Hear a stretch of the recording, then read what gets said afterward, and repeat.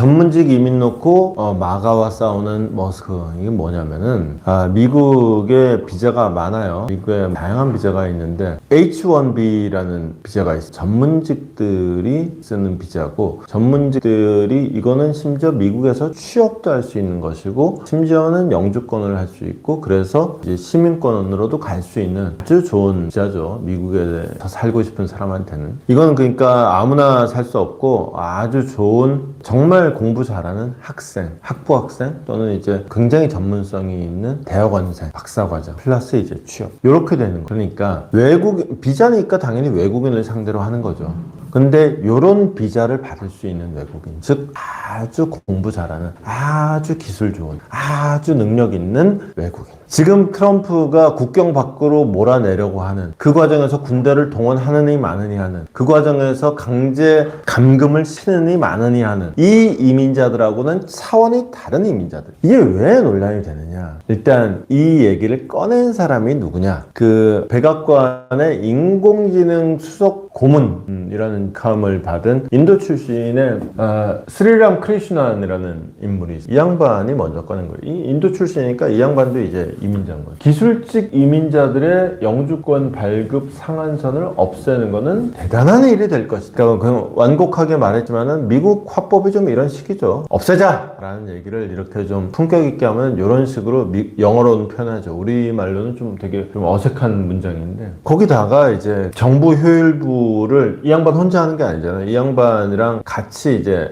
두 명의 대빵이 있죠. 또 한 명의 대빵이 이제 비벡 라마스와미라고. 이 양반도 거기서 덩달아 탁월함보다는 평범함을 숭배하는 문화로는 최고의 엔지니어를 만들어내지 못한다. 여기까지 가 있는 상태에서 이 촌놈들이 지금 뭐 하는 거야? 라고 이제 반발이 나오기 시작하는 거예요. 그 중에 대표적인 게 스티븐 배넌이라고, 트럼프의 아주 전통적인 뭐랄까요, 좀 논리 제공자 같은 역할을 하는 사람이에요. 이 사람이 비자를 확대하는 거는 결국은 이 신흥재벌이라고 이 기사에서는 표현했는데, 신흥재벌이라는 표현이 이제 문맥에 따라서 맞기는 맞는데 뭐랄까요, 과점 지배자들, 그러니까 이제 지들끼리 다 해먹는 놈들, 그러니까 이런 의미가 좀 강하게 담겨 있는 단어예요. 올리가르크라고 보통 얘기할 때 이제 모노폴리가 독점이고 이제 올리가르크 그런 과점의 상태를 얘기하는 거죠. 요 놈들이 얘기하는 거다. 그러니까 이제 실리콘밸리에서 지들끼리 헤쳐먹는 놈들, 사실은 머스크를 저격한 거죠. 하여튼 이제 머스크가 발끈하고 나선 거죠. 머스크가 딱 나서기를, 내가 스페이스X나 테슬라를 세우고 미국에 있는 이유가 바로 이 전문직 취업 비자 때문이다. 나는 이 문제 놓고 진짜 전쟁을 벌이겠다라고 빵 선언을 해버린 거죠. 다들 아시다시피 일론 머스크는 미국 사람이 아니었어요. 남아공에서 태어났어요. 남아공에서 심지어 이제 아동 학대하는 아버지 밑에서 컸어요. 근데 이제 일론 머스크는 꿈이 많았고 그 꿈을 실현시키기 위해서 이제 자기의 길을 가죠. 그래서 먼저 갔던 게 비교적 들어가기 쉬웠던 캐나다였고, 캐나다에서 이제 해가지고는 미국에서 요 비자를 가지고 미국에서 취업도 하고 창업도 해서 이제 회사를 만들 수가 있었던, 오늘의 그가 될 수 있었던, 머스크 자신이 이 비자의 효용성을 너무나도 명백하게 보여주는 거죠. 근데 이 스티븐 배넌 같은 사람의 입장에서 보면은 머스크 자신이 이 비자의 그 부작용도 여실히 보여주는 거죠. 왜냐? 효용성. 머스크 같은 사람이 미국에 와서 스페이스X도 만들고 테슬라도 만들고, 당연히 거기서 미국의 산업도 발전시키고 미국의 일자리도 만들고, 이게 이제 장점이라면, 단점은 머스크 같은 사람이 와서 스티브 배넌 같은 사람의 일자리를 뺏어가지 않느냐. 이 논쟁의 핵심은 이거예요. 결국은 아니 취업비자잖아. 취업비자를 열어준다 하는 것은 미국인들에게 돌아가야 할 일자리를 뺏어가는 것이다 라는 게 배넌의 얘기예요. 그런데 이 취업비자를 받는 사람들이 뺏어가는 일자리는 정말로 배넌 같은 사람들의 일자리예요. 정말로 똑똑한 사람들의 일자리. 근데 이런 일자리는 특징이 있어요. 지금 트럼프가 쫓아내려고 하는 이민자들, 그거는 쉽게 얘기해서 누구나 할 수 있는 일들, 극단적으로 말하면 화장실 청소 뭐 이런 거 그냥 하면, 그래서 보통의 이민자들한테 시키던 일. 근데 이 취업비자를 받는 것은 굉장히 많은 공부가 필요하고 굉장히 많은 지식이 필요하고 아무나 할 수 없는 일이에요. 그리고 이 직업의 특징은 뭐냐면, 누군가 이 자리를 차지함으로써 이 자리가 없어지는 게 아니라 이런 사람이 많으면 이 일자리가 점점 더 많아지는 특징이 있다는 거지. 보통의 그냥 못 배운 이민자들이 하는 일자리 같은 경우는 이걸 누군가가 하면은 이 일을 할 미국인들이 일자리를 잃게 되는 게 맞는데 이거는 그냥 제로섬 게임이에요. 근데 요 전문직은 이 인력이 많이 들어올수록 요 일자리가 더 많아지는 특성을 갖고 즉 산업이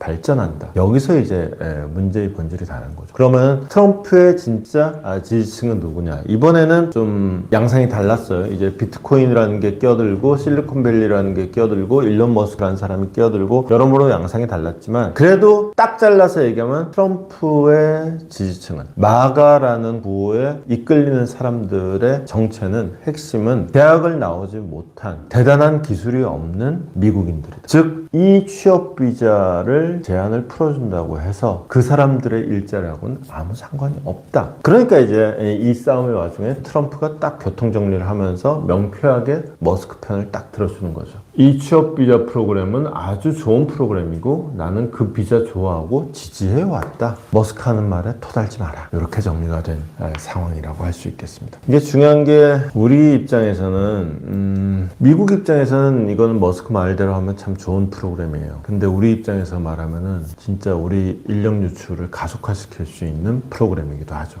가뜩이나 이제 우리 과학기술 인력이 부족한 상황에서 이제 최근에 제가 국가미래전략원의 보고서를 소개해 드린 적이 있죠. 거기 보면은 이제 일본과의 그 코워킹 협업을 통해서 좀 대내외적인 위기를 좀 타개 나가자. 그 다음에 일본과의 코워킹을 통해서 어떤 중국 변수라든가 미국 변수에 대응하면 좋겠다. 그래서 일본과의 협업을 어떻게 하면 좋을까? 그럼 사실상 이제 그 FTA 단계를 넘어서 경제공동체 단계로 가자. 경제공동체 단계로 갔을 때 어차피 자본이라는 건 이미 자유화돼 있다. 상품도 사실상 자유화돼 있다. 그럼 자유화돼 있지 않은 게 뭐냐? 노동시장이다. 그럼 노동시장의 교류를 자유화하자. 여기서 제가 근데 그 보고서의 전반적인 취지는 이야기했는데 딱 그 강론으로 들어갔을 때 좀 껄쩍지근한 게 그거더라고요. 그러면 아마 일본으로 우리 인력들이 가뜩이나 부족한 고급 인력들이 빠져나가지 않을까?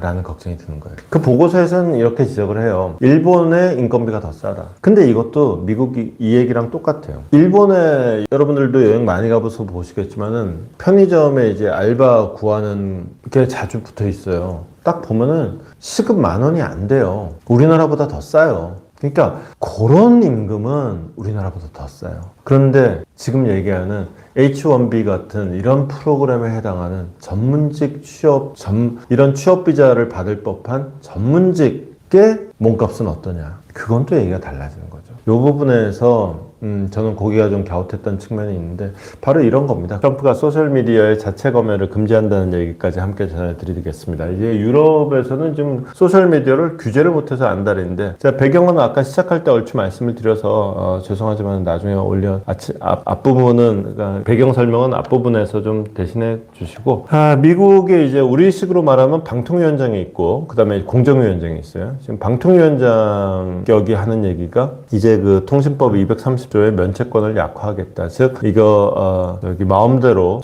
게시물 삭제 못하도록 하겠다. 이게 왜 그러냐면은 시작점이 이거예요. 트럼프가 이번에 뭐 대통령이 되면서 유야무야 되긴 했지만은 지난번 대선 직후에 딱 이즈음이네요. 1월 6일이었나 의사당 난입 사건이 있었죠. 그때 이제 온갖 가짜 뉴스가 없고 온갖 선동 문구가 막 그 이제 트위터를 통해서 그렇게 됐었고 그러다 보니까 이제 트위터에서 이거 가짜 뉴스는 지우고 선동 문구도 지우고 이제 이렇게 된 거예요. 그리고 결정적으로 트럼프의 계정을 내려버렸어요. 그래서 트럼프는 그 이후에 이제 트위터를 안 쓰고 그 트루스 소셜이라고 자기가 아예 소셜 미디어를 아예 만들어서 쓰고 있죠. 그 배경이 된 사건인데 그 이후에 트위터의 주인이 바뀌었죠. 바로 일론 머스크죠. 이름도 X로 바꿨습니다. 그래서 일론 머스크도 늘 하는 얘기가 이건 자유, 소셜 미디어는 무조건 자유. 근데 이제 머스크는 장사꾼이잖아요. 장사꾼 입장에서 이게 왜냐, 이제 트위터에 가짜뉴스가 범람하고 있다 뭐 이런 이미지가 안 좋아지니까 이제 트위터에 광고 줬던 회사들이 광고를 뺀 거예요. 이게 이제 트위터가 아무래도 좀 우파 미디어로 성장을 하다 보니까 좌파 쪽에 좀 우호적이던 기업들이 광고를 뺀 거죠. 그랬더니 이제 머스크가 이를 바득바득 갈고 있었던 거죠. 이 광고 뺀 놈들 다 죽었어. 그러고는 여기서는 이제 방통위원장이 아니라 공정위원장이 딱 등장을 합니다. 공정위원장은 뭘 하느냐, 광고 뺀 놈들 니들 짰지, 니들 담합이야, 담합으로 이거는 철퇴. 차마 양심이 있어서 이제 머스크님이 하시는 기업의 광고를 빼감이 나쁜 놈들이라고는 말 못하고 니들 광고 빼기로 담합했지, 담합행위로 철퇴를 내리겠노라, 이렇게 된 거죠. 어쨌거나 지금 참고로 그 영국에서는 가짜뉴스가 촉발한 폭동이 있었죠. 역시나 강스라이팅에서 전해드렸었고, 그 다음에 이제 독일 같은 경우에는 이제 그 대표적인 가짜뉴스가 이제 나치즘 이런 거라서 거기는 이제 나치 이런 거 나오면 이제 부들부들 떨다 보니까 철퇴를 가고 있는데, 트럼프는 좀 시대 역행적으로 가고 있다. 근데 알고 보면은 자기 보호 본능이다. 이렇게까지 정리하면 될 것 같습니다. 새 정부 출범하면은 우리도 뭐 새 정부의 첫 총리 인준에 뭐 한 100일 걸리는 건 뭐 다반사고, 심하면 한 반년 걸리고 막 그러죠. 미국도 이제 그 장관들 임명 동의를 이제 받아야 되는데, 이게 장관들이 좀 문제 있는 장관들이 좀 많으니까 그러니까 뭐 그 문제가 무슨 문제들이었는지 뭐 일일이 다시 거명하기도 좀 그런데, 문제는 그동안 이제 당선인의 그 권한, 막 당선됐을 때가 사실은 취임 안 했어도 그때가 권력이 제일 세요. 그러니까 막 무소불위로 막 뚫려 대니까 이제 의회에서 조금 좀, 원래 대통령의 권한과 의회의 권한이 맞대 서 있어야 되는데 너무 너 혼자 잘난 척 하는 거 아니니? 라는 이제 일부의 목소리가 나오기 시작하는 거죠. 그러면서 이제 트럼프가 조금 좀 에이 잘해줄게 라고 이렇게 달래는 그런 모양새가 됐습니다. 이게 왜냐면은 기본적으로 공화당이 상하원 전부 다 과반이긴 해요. 근데 과반이긴 한데 많이 과반이 아니에요. 한 3명, 2명 막 이렇게 과반이라서, 이게 그 상원 같은 경우는 공화당에서 4명만 이탈해도 이게 인준을 못 받아요. 임명 동의를 못 받는 상황이 되기 때문에 한 명이 소중하죠. 이렇게 되면은 이제 대통령한테 국회의원이 좀 대접받는 이런 상황이 되는 거죠. 그런가 하면은 하원 같은 경우에는 이 양반이 이제 마이크 존슨이라는 사람인데 현재 그 하원 의장입니다. 근데 최근에 그 예산안 처리하면서도 좀 문제가 있었었죠.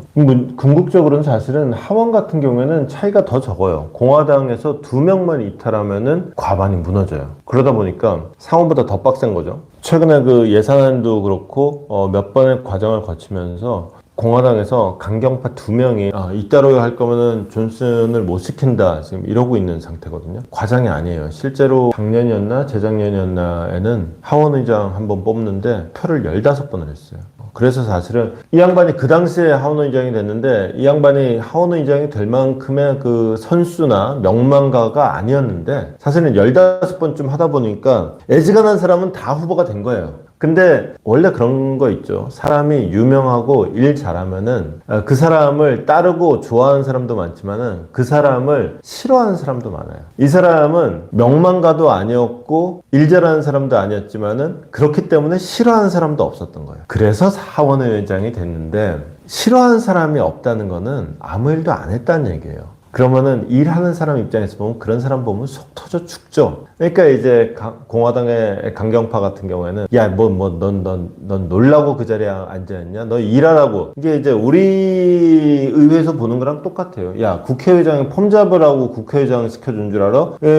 민주당 생각대로 강행 처리 시켜주고 그러라고 국회의장 뽑아준 거지. 그러니까 요즘에는 그 민주당에서 국회의장 후보들이 막 충성경장 벌이고 막 개딸들한테 이렇게 막 구애 발언하고 그러잖아요. 이 양반은 평생에 그게 이게 버릇이 안 된 거예요. 이게 원래 욕먹는데 익숙하지가 않다 보니까 누구한테 적극적으로 구애하지도 않고 딱히 누구한테 미움받을 짓도 안 하고, 그러면서 사실은 좀 합의 정신을 좀 존중하고, 그래서 이번에 그 트럼프가 뒤엎고 다시 하긴 했지만은 그 예산안 같은 경우도 여야 합의도 만들어내고, 예산안 여야 합의를 만들어내는 과정에서도 트럼프가 뒤집은 데서 알 수 있듯이 여당이 좀 봐줍시다 그래가지고는 이거 정부 부채 상한선도 잠깐 좀 이렇게 좀 계속 트럼프는 이거 없애버리고 싶어 했거든요. 근데 이거 약간 유예만 시키는 쪽으로 이런 식으로 이제 야당 입장도 좀 봐주고 이러니까 여당의 강경파들이 이제 속 터지는 거죠. 트럼프가 이거 놔두면은 여기서 이 양반을 또 날려버리면은 또 한 투표 15번 해야 될지도 모른다 생각하니 깝깝하거든. 특히나 이제 뭔가 속도전을 하려고 그러면은 트럼프 같은 경우에는 뭐 취임 첫날 뭐 행정명령을 뭐 몇백 개를 날리겠다 예고도 한 상태지만 궁극적으로는 결국은 법안이에요. 그리고 한국의 대통령하고 미국의 대통령하고 가장 큰 차이는 뭐냐면 미국의 대통령은 법안 제안권이 없어요. 다 국회의원들이 제안을 해야 돼요. 그러니까 의회에서 의회 의장도 못 뽑고 있으면은 대통령이 할 수 있는 일이 별로 없어져요. 이러다 보니까 이제 이 양반이라도 좀 가자. 그냥 있는 사람 흔들지 좀 마라 그러는데 이게 또 공화당에서 있어 봐봐 나봐 이 마음에 안 들어 죽겠어. 지금 이러고 있는 이런 상황. 요까지도 같이 하면서 지금 트럼프로서는 한때는 사실은 굉장히 본인들 자기한테 그 충성을 바치던 사람들인데 오히려 그 사람들 때문에 더 골치가 아파진 이런 상황까지 함께 챙겨보시면 될 것 같습니다. 자, 외국 소식 보겠습니다. 트럼프 호텔 앞에 트럭 폭발 사망자는 미국 특수부대원 그린벨의 소속이었습니다. 이 뉴올리언즈의 그 트럭 테러 몇 시간 후에 있었기 때문에 이거 둘이 상관이 있는 거 아니냐. 이게 일단 공통점이 몇 개가 있어요. 첫 번째는 같은 이제 렌트카 회사라고 말하기는 못하고, 그러니까 1대1로 매칭해 주는 거예요. 그러니까 말하자면 렌트카 업계 에어비앤비랄까?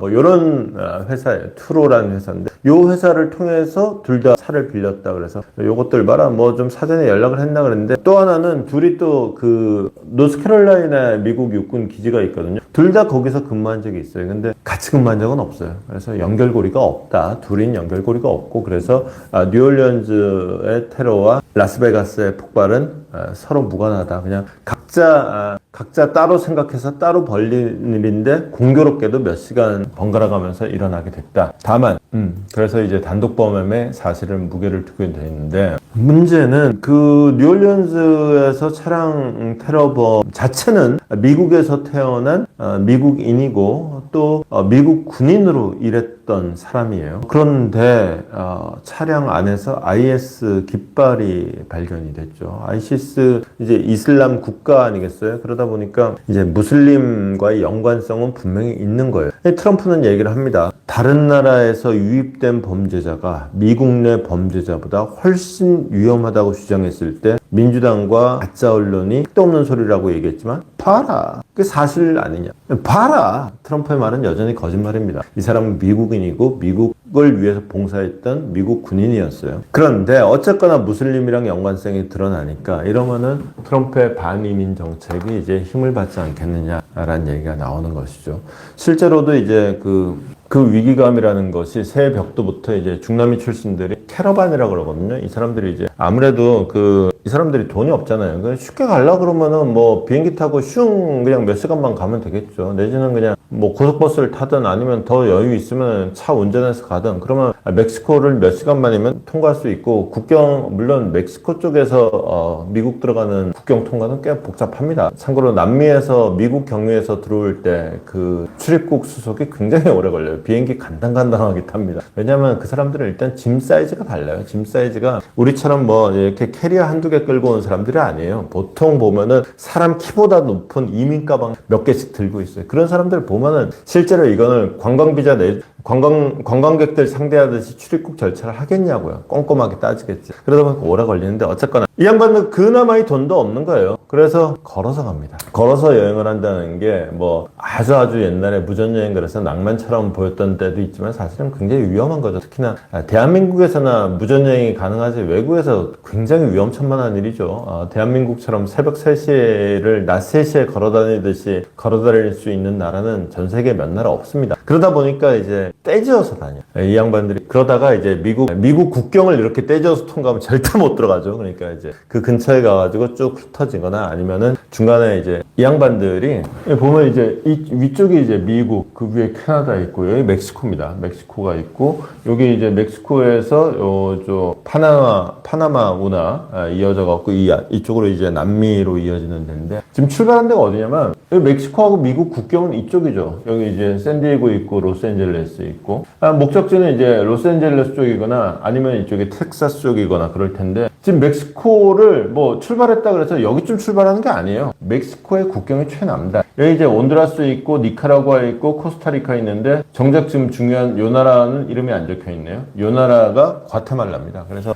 이 몇십 명씩 떼져다니는데 대체로 이제 과테말라 사람들이 많아요. 그래서 모이기를 딱 멕시코에 딱 넘어가자마자 국경지대에 딱 모은 여기를 걸어서 이렇게 어마무시한 행렬이죠. 어쨌거나 이제 트럼프가 본격적으로 맞기 전에 이제 미국 땅으로 들어가야겠다라는 절박함이, 그러니까 트럼프의 반이민 정책이 더 강화될 것이라는 어떤 신호로 받아들여지는 장면인 것인데, 트럼프는 이제 이참에 그러면 이제 그동안 지금 사실은 당선 이후에는 불법 이민자 얘기를 거의 안 해요. 근데 이제 테러가 터지니까 불법 이민자 얘기를 다시 꺼내 든 것이, 왜냐면은 불법 이민자가 이제 무슨 국경 차르 이런 거 임명하긴 했지만은 실제로 그게 쉽지가 않아요. 첫 번째는 일단 미국 안에 들어와 있는 사람을 추방을 하려고 그러면은 법원 판결이 나와야 됩니다. 그래서 미국에는 이민 판사라는 게, 그래서 이 사람은 지금 미국에 살 자격이 있다, 아니면 이 사람은 불법이니까 쫓아내야 된다. 근데 이게 쫓아내야 된다, 잔류시켜야 된다, 이 심판대에 오를 사람이 이제 불법 이민자가 급증을 했잖아요. 그러다 보니까 그 심판 받기 기다리는 재판 받는 사람만 지금 2029년까지 쫙 줄 서 있어요. 이 재판 받기 전에는 이거는 뭐 마구잡이로 잡아들여도 불법이고, 그 사람을 군대를 동원하면 더 불법이고, 강제로 쫓아내면도 더 불법이고, 일단 재판이라는 절차가 하나가 있고, 그 다음에는 이제 이 사람들을 그래서 쫓아내야 된다. 그래서 한 군데 모아야 될 거 아니에요. 모아내려 그러면은 그거는 또 해당 주정부의 협조가 있어야 돼요. 이 사람들이 주로 국경 넘어와서 어디로 가느냐? 처음에 넘어오면은 이제 텍사스나 국경 근처니까 여기 텍사스나 이제 캘리포니아로 가죠. 근데 여기가 이제 텍사스하고 캘리포니아가 미국 안에서도 제일 잘 사는 동네예요. GDP 순서로 매기면 1등, 2등. 근데 요 몇 년 새 1등, 2등으로 바뀌었다는 얘기도 제가 기사를 본 것 같아요. 하여튼 얘네 둘이서 미국 안에서 제일 잘 살아요. 일자리도 많겠죠. 여기 아니면은 그 다음에 또 좀 잘 사는 나라라고 생각하는 데 있죠. 뉴욕, 시카고 이런 데로 가거든요. 텍사스는 아닌데 캘리포니아, 뉴욕, 시카고 이런 데들의 공통점은 뭐냐? 여기가 다 민주당 강세 지역이고 민주당이 이제 시장, 주지사 하는 데들이에요. 주지사가 우리 불법 이민자들 요렇게 싹 모아놨어요. 애들 알아서 처리하세요. 그러고 딱 갖다 줘야 되는데, 불법 이민자를 주지사가 잡을 생각이 전혀 없어. 그러면은 야, 니네 잡은 애들 내놔. 그럼 안 잡았는데 이래버리면 이제 얘기가 안 되는 거죠. 요런 문제가 이제 하나가 있는 요런 상황이고, 그 다음에 또 마지막으로는 트럼프의 결정적인 마지막 한숨 그거죠. 미국에서 태어나면 미국 시민이라고? 누가 그래? 트럼프 시대에는 그런 거 없어. 그렇게 얘기했어요. 그런데 누가 그랬냐면은 미국 헌법이 그랬어요. 트럼프 마음대로 못 없어요. 미국 헌법을 고치는 거는 우리나라 헌법도 비슷하지만, 우리나라도 헌법 만들려고 그러면 이제 국회의원 3분의 2 이상의 동의와 국민투표를 거쳐야 되지만은, 미국 같은 경우에는 이제 연방이다 보니까 국회의원 3분의 2 이상 아니면은 저기가 있어요. 주정부의 3분의 2. 그 주정부의 3분의 2 그러면 38개 주가, 미국 50개 주 중에서 38개 주가 동의를 해야 되는데, 이번에 트럼프가 압승을 했다지만은 어쨌거나 저쨌거나 30개 주에서 8개 주나 모자라요. 이게 헌법을 고치는 거 애시당초에 말이 안 돼요. 등등등등 해서 불법 이민자 단속이라는 게 말처럼 쉽지가 않다. 그러니까 트럼프 1기 때는 적극적인 추방이 아니라 사실은 국경에 담장을 세웠잖아요. 그러니까 추가로 들어오지만 못하게 막은 거예요. 그럴 수밖에 없었던 거예요. 이미 들어온 사람을 쫓아낸다는 거 굉장히 어려워요. 실제로도 이제 대한민국에서도 대한민국 얘기할 거 없고, 하여튼 트럼프로서는 그래서 사실은 불법 이민 얘기를 선거 때는 주구장창 하다가 당선 이후에는 잘 안 했던 이유가 바로 그거거든요. 실제로 실행하기가 쉽지가 않아요. 그러니까 이제 넌 말로만 뻥쳤냐, 이제 이 얘기를 듣기 싫으니까 그동안 아예 언급을 안 했던 건데, 요 이제 건수 하나 잡은 거죠. 요 건수가 과연 트럼프한테 날개를 달아줄 것이냐. 하지만은 날개를 달아준다 하더라도 말씀드린 이런 상황들을 감안하면은 불법 이민자는 선거 때 얘기했던 것만큼 트럼프가 적극적으로 추진하기에는 그렇게 쉽지만은 않다라는 사정도 좀 감안을 해보면 좋을 것 같습니다.